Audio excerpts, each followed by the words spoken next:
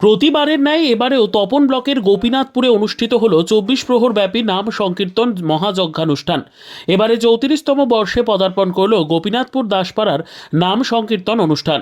দূর দূরান্ত থেকে ভক্তেরা এসেছেন এই অনুষ্ঠানে যোগ দিতে। আর শুধু গান নয়, এখানে কয়েক হাজার মানুষের জন্য রোজ খিচুড়ি প্রসাদের ব্যবস্থাও করা হয়েছে। সব মিলিয়ে এক আনন্দময় পরিবেশ। প্রসঙ্গত, প্রতি বছর তপন ব্লকের আজমতপুর গ্রাম পঞ্চায়েতের গোপীনাথপুর দাসপাড়া এলাকার সনাতন ধর্মাবলম্বী মানুষজন সর্বজনীন নাম সংকীর্তন অনুষ্ঠানের আয়োজন করে থাকে।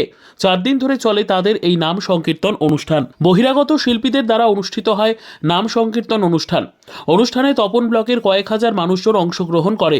প্রতিবারের ন্যায় এবারেও এলাকায় 4 দিন ব্যাপী নাম সংকীর্তন অনুষ্ঠানের আয়োজন করল উদ্যোক্তারা। সেই সঙ্গে কয়েক হাজার ভক্তদের প্রসাদ খাওয়ানোর ব্যবস্থা করল তারা। আমরা গোপীনাথপুর থেকে বলছি। আমাদের এটা নিয়ে 34 বছরের নামযোগ্য অনুষ্ঠান। আমরা 34 বছর ধরে রানিং চলছে। কিভাবে আপনারা পালন করেন? এটা আমরা পুরোটাই আমাদের পাড়া সবার চাঁদা কালেকশন করে বাড়ি বাড়ি যত সামর্থ্য দিয়ে আমরা পুজোটা করি। কি কি অনুষ্ঠান হয় এখানে? এখানে নামযোগ্য কীর্তন 3 দিন ধরে কীর্তন হয়, পরের দিন ভোগ হয়।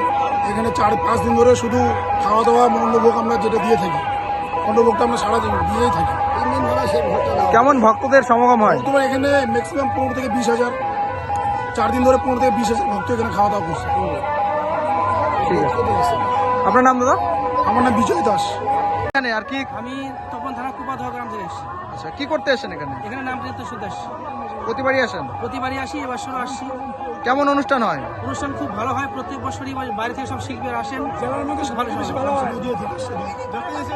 নদিয়ার শিল্পী আছে, মানে বাইরে থেকে সব শিল্পী আসেন আর কি।